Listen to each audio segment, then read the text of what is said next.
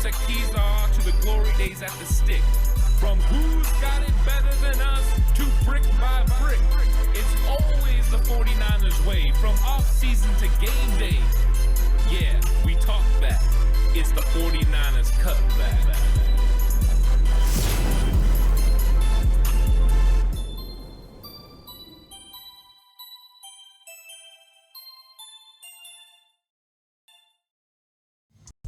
It's 49ers Cutback Podcast time. Welcome to the show, everyone. 49ers versus Commanders. First look. And I want to take a look at the Washington Commanders and see how they match up against the 49ers and just kind of get an idea of what's changed since the last time the San Francisco 49ers met up with the Washington Commanders. Of course, that was last season. The Commanders were playing a lot better football at the time. They were 7-1. And a lot of people were saying, hey, they were on the verge of potentially making the playoffs. Now you fast forward to now, and there's been a lot of changes within that coaching staff. There are players that are definitely not performing to the level of expectation. But the 49ers come in a little bit different too. 49ers are coming in off a big loss to the Baltimore Ravens, knowing they need to beat the Washington Commanders to hold on to the number one seed in the playoffs. So they've got a lot to play for. And so anytime you have a team that has a lot to play for, they've got to worry about every ounce and every team that they're going to play. And the Washington Commanders, Coach Ron Rivera, is not somebody that's going to give up easily. He's a very proud guy. And so he's going to expect his football team to go out there and play. And they're making changes to prepare for this matchup against the San Francisco 49ers. So I'm really looking forward to getting into this episode, taking a first look at the Washington Commanders, what their team looks like on offense and defense, what has changed from 2022, and just kind of the outlook on what we can expect in this huge matchup between the San Francisco 49ers and Commanders. Yes, the Commanders are not playing very well this season. They're not having a great season as far as record-wise at 4-11. They've definitely taken a step back from last season. They have a new ownership group. Ron Rivera might be on the hot seat. Who knows? He could be gone. And so when it comes down to it, the team that has the most to play for is the 49ers. And sometimes when you have those instances where you play teams that maybe aren't playing at the top of their level, you can sometimes overlook them. I don't expect that from the 49ers, but I want to do due diligence in preparing for the Washington Commanders. That means taking a deep dive look into who they are. But if you're going to bet on this game, and the 49ers have a huge margin right now, they're plus 13.5. If you're going to bet on the 49ers, why not bet with Bet Online? The only people that don't get time off this time of year are pro athletes and us at Bet Online.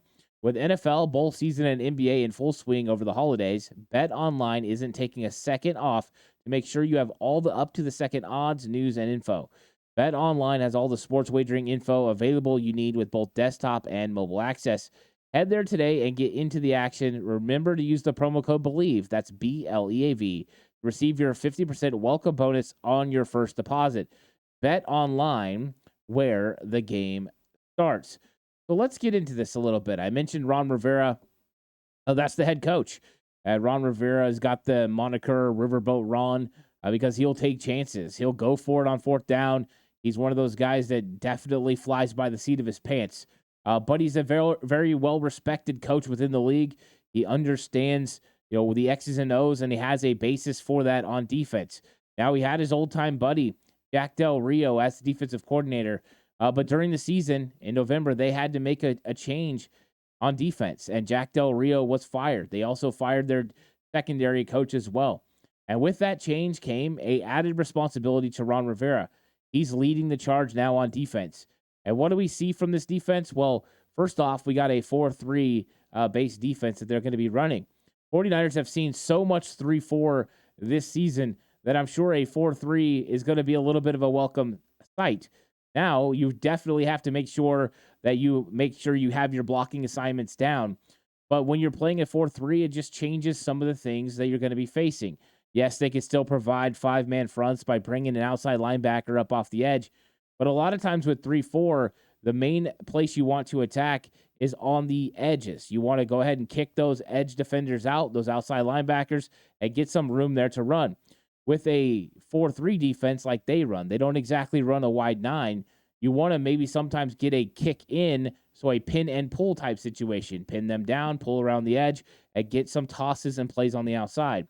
So those are some things to take into account when you're talking about the differences between playing a 3-4 and a 4-3. The places you can put pressure on as an offense can sometimes change. Places where you would normally find a bubble to be able to attack in the run game is different. You also look at coverages. Sometimes those are a little bit different by how guys take drops and how many guys are rushing the passer. One thing I will say about watching Ron Rivera's defense so far since the move from Jack Del Rio is they're still aggressive, but they're picking their spots a little bit more. They're trying to make sure they overload you at the right time and are very diligent about getting after your quarterback. So they're not going to just sit back and let Brock Purdy feel comfortable in the pocket and rip the ball downfield. They're going to try to speed up his clock and put pressure. With that, as long as Brock understands what he's looking at, he should be okay. Now, their strength on defense is absolutely inside. When you look at their defensive tackles, it doesn't get much better than this in the entire NFL. Deron Payne, of course, who a lot of 49er fans would have loved to have seen come to San Francisco. Of course, we got Javon Hargrave, so we're feeling pretty good about it. And Jonathan Allen, and those two are beasts. And they were a part of a very significant defensive line. But, of course, at the trade deadline, they traded off two of their edge defenders. Montez Sweat was shipped to Chicago. That was a big move. And then right before the deadline hit, the San Francisco 49ers were able to work out a deal to get the Commanders' Chase Young. And this is going to be Chase's first time going back to Washington, so very, very close to his hometown. This is going to be very interesting for Chase Young. But when that happened, that definitely weakened the Washington Commanders' defense. And yes, Martin Mayhew felt that it was important for them to go ahead and move some guys around, and they did that. But with that coming, you had some situations where now you're weakened on defense. And what do you expect from a defense? How good can they be when you take away two of their better players? So this is one of those situations now where they just aren't as good on the edge. They're going out there with Casey Toohill and James Smith-Williams. Of course, they have young Clemson player KJ Henry. He's going to be coming in as well, and Joshua Pryor. But you could tell they just took a big step back along that defensive line. That defensive line definitely pushed the defense along. They were able to create everything. They were able to get after the quarterback, create penetration. So now as an offense, the 49ers know that they really have to worry about the interior part of the defensive line. That could become problematic with the injury to Aaron Banks. Aaron Banks is dealing with a toe injury. It's been a turf toe injury that held him out for a couple of weeks earlier in the season, and he's been able to come back and battle. Now, during the fourth quarter of the Ravens game, he went down again. He's been no at practice today. So with Aaron Banks not practicing, there's a possibility the 49ers will go back to what they did right before Thanksgiving. John Feliciano playing left guard, Spencer Burford playing right guard. Of course, the news on Trent Williams is at least pleasing, and the fact that he was a limited participant in practice, which means the groin could hold up enough for him to be able to play his old team. So the 49ers could have gotten some good news there. Of course, Feliciano had started over Spencer Burford at right guard, which signaled a lot about how good Feliciano's been playing. Now he's got to flip sides, and Burford's got to play back on the right. Is my expectation what Chris Foerster would do, because Feliciano definitely has been getting practice playing on both sides of the offensive line. It makes sense for that to happen. So 49ers got to figure out some things as far as their offensive line being able to handle Jonathan Allen and Deron Payne. But when you get to the edge is when you can really find your strength and ability to attack the Washington Commanders defense. Talked about they don't really have those edge defenders anymore. Montez Sweat, Chase Young, gone, which means the 49ers have an advantage there. And when you look at their linebacker group, it's not exactly the most impressive either. Now, there's some names Cody Barton, David Mayo, but the 49ers should be able to run the football on them. So you see matchup issues, Christian McCaffrey, Deebo Samuel, Kyle Juszczyk on that linebacker group. This team has definitely taken some hits. They're missing Jamin Davis. He was a young stud that's been playing linebacker for them, and a lot of speed and a lot of aggressiveness, and he hits really hard. And they lost DeJuan Harris as well. So it's been a tough road for this defense, and they got absolutely picked apart by the New York Jets last week. A similar offensive scheme to what the 49ers run, with the sum of parts being entirely different. Brock Purdy is definitely a whole lot better than Trevor Siemian, and they have a lot more playmakers on the outside, the 49ers do. That's going to put a lot of stress on the Washington Commanders. But I will give the Commanders credit. If there's one area I like of their football team, it's the cornerback position. Kendall Fuller is legit. I like him. Watching his film, competes at a high level, plays tough every single play. He's going to go out there and compete with Brandon Ayuk, Deebo Samuel. That's going to be a fun battle to watch. And then Benjamin St-Juste. I like Benjamin St-Juste. I think that he's his ability to be feisty. He's physical. He's long. He's a guy that is a real good cover 3 guy, but he's a good tackler as well. Those 2 guys are a bright spot. If you're talking about the strengths of this Washington Commanders defense, it's in the middle of that interior defensive line and then the 2 outside corners. And so I think those are the areas the 49ers have got to be aware of. Those are the areas they've got to keep in mind. But when you look at the other positions around the team, the talent level is just not there. 49ers are definitely more talented from offense to defense than the Washington Commanders. It's not, I'm not trying to talk bad about them, but they definitely need a rebuild, a retool to add more playmakers and more talent to this defense. And maybe the picks that they got from trading off their edge rushers will help in that category. But they definitely need to make a move because they are just not as talented. So the 49ers have a distinct advantage when it comes to playmakers compared to the Washington Commanders defense. As far as schematically, the 49ers are going to put a lot of stress on the Washington Commanders because the Commanders have a lot of guys who are going to have to move with motions and shifts, and they're going to put a lot of pressure on those edge defenders to play better than what they've played so far. So when you're looking at offense compared to defense, the San Francisco 49ers are definitely looking at a defense they want to take advantage of, and they're going to need to be highly motivated. They did not have their best performance against the Baltimore Ravens with all the turnovers, and they're going to be looking to kind of strike back and change the narrative on their football team. And please like and subscribe to the channel. Really appreciate it. On the push for 5K. Getting really close. Every subscription goes a long way. If you're listening on audio platform, 49ers Cutback on Believe. Please give it a 5-star rating. Leave a review. Really appreciate that. It goes a long way to help with the algorithm. So that's really important, and I appreciate all of you for doing that. Now let's take a look at the offensive side of the ball for the Commanders, because in comes Eric Bieniemy. Eric Bieniemy came over from the Kansas City Chiefs, and we know the respect that he had from Andy Reid, from Patrick Mahomes, and that Kansas City locker room. As a guy that is very in tune with what is going on in the league and what are the leading trends in pushing a lot of spread concepts. So Eric Bieniemy comes over, and Eric Bieniemy brings with him a lot of 3 wide receiver sets and a lot of using tight ends as H-backs, moving them a la Travis Kelce. So Logan Thomas, players like that, moving around behind the line of scrimmage. And you could see it. There's a lot more shotgun in this offense compared to last season, where they really were predicated on getting the ball into the hands of Brian Robinson and letting him get 3-4 yards a carry. And last year, the buildup going into that Washington Commanders game was, can the San Francisco 49ers stop that run game? They did. They held Brian Robinson to 22 carries for just over 50 yards. So they did a good job. Of course, last year they had Armstead. He had come back from his injury. They were very stout on the inside, and they handled business at a high level. This year, they're not going to have Armstead. But they do have Javon Hargrave. They're going to have Sebastian Joseph Day, Javon Kinlaw, Kevin Givens. So they should have an opportunity to stop the run game. That's going to be presented by Eric Bieniemy. And the truth is that this offense doesn't really count on the run game in the same way that it did last year. Last year, the offense was predicated on getting 3 yards in a cloud of dust. This year, it's a little bit different. They push the offense using screens, getting the ball horizontally, and then allowing a running back to get upfield occasionally. So it's a little bit of a different type of scheme and a different attention set to the run game. So that's one thing you'll notice if you've watched the Commanders last year. I don't know how much you've watched them this year. There's a difference between the two. But with Bieniemy comes a lot of unique philosophies and ways that he wants to get the ball out and get it to his playmakers. And the playmakers on offense for the Washington Commanders, I mean, it's just a really, really good group.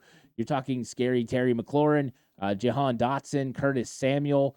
You look at the tight end position with Logan Thomas, but then also they have De'Ami Brown. He's made some plays this year. They've got some talent at the wide receiver position and the running back position as well. I mean, Brian Robinson's been dealing with injuries. They have him, Antonio Gibson. It's a talented group that they have as far as playmakers. Now, one of the big key things heading into this game versus the Commanders is they've made a quarterback change. Out is Sam Howell, and in is Jacoby Brissett. And Sam Howell has played pretty well, thrown for a lot of yards, had a lot of big plays. I think his consistency is what ultimately has gotten him, to have to sit. Now, it's interesting, right, that Ron Rivera is turning to a veteran quarterback like Jacoby Brissett when you are a 4-win team. You're a 4-win team. Normally, you play the young player and you let them continue to get reps and continue to develop. But Rivera could be coaching for his job. Whether they've already told him he's coming back or not, he's decided that Jacoby Brissett's going to play this game. And I think Jacoby Brissett presents some interesting dynamics compared to Howell. When it comes to Howell, he's athletic. He throws the ball with pretty good accuracy, gets rid of the ball quickly, but he can also be prone to make mistakes, get outside the pocket, throw into coverage, try to make a lot of throws he probably shouldn't. And so those are things that are probably trying to limit. My guess is Ron Rivera believes Jacoby Brissett's going to go in there, take care of the football, manage the game a lot better, and if they play tough defense, give them the opportunity to win. Problem with that is, even though Jacoby Brissett is going to be well-equipped to see everything as far as coverage, he's good at reading coverages, he feels very comfortable, there's not really a lot that you can throw at him that he hasn't seen yet. You do lose some of the spark as far as like some of the football, the deep passes, the vertical game. But Jacoby Brissett's athletic. He can still scramble. He can extend plays. The 49ers are going to have to make sure they put pressure on him. And with Jacoby Brissett in there, disguises are great, but how much can you actually confuse him? So we'll see what the 49ers end up deciding to do in this game, how much they turn to coverage, and how much they bring the blitz. They brought a blitz a lot against Lamar Jackson. And, of course, some of that is to keep him inside the pocket. Having an extra defender there prevents some rush lane integrity problems that they can overcome because of the extra guy. When it comes to Brissett, you don't have to do that. Now, you can bring blitzes. You can collapse the pocket on top of him. And I think the 49ers are going to look to do that because if there is a glaring weakness on this Washington Commanders football team, it's the offensive line. They just aren't very good. And you watched the film of them versus the New York Jets last week, and the Jets' defensive line absolutely overwhelmed them. And you're coming in as the 49ers with a very, very good defensive line. Bosa, Chase Young.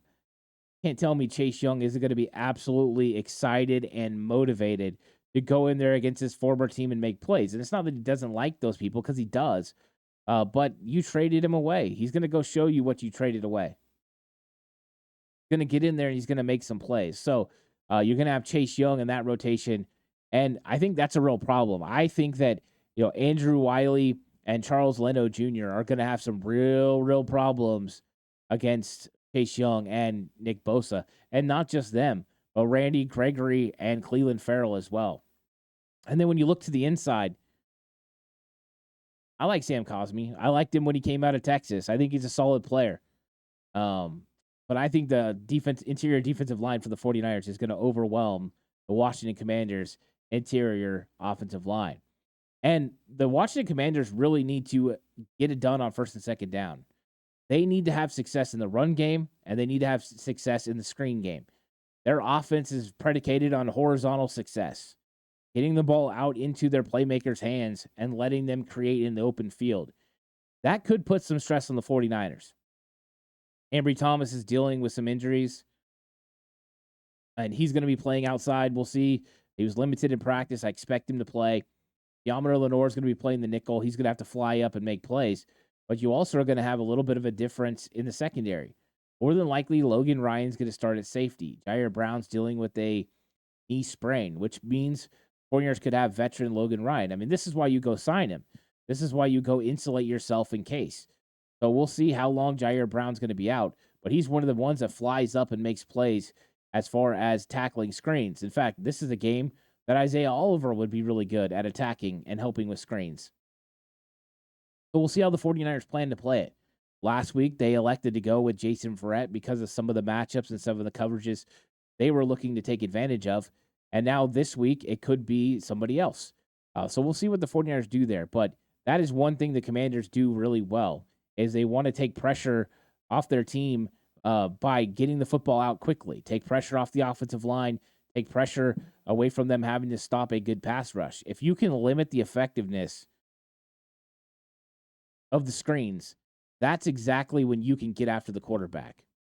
If you can force 3rd and long against this Washington Commanders team, you can have great success because they convert on 3rd down at 36%. That's not great. 49ers should be able to take advantage of those 3rd and longs and get off the field. Now, with Jacoby Brissett, I got to give him credit. He can make all the throws. Screens, plays over the middle, vertical routes down the field. He can make them all.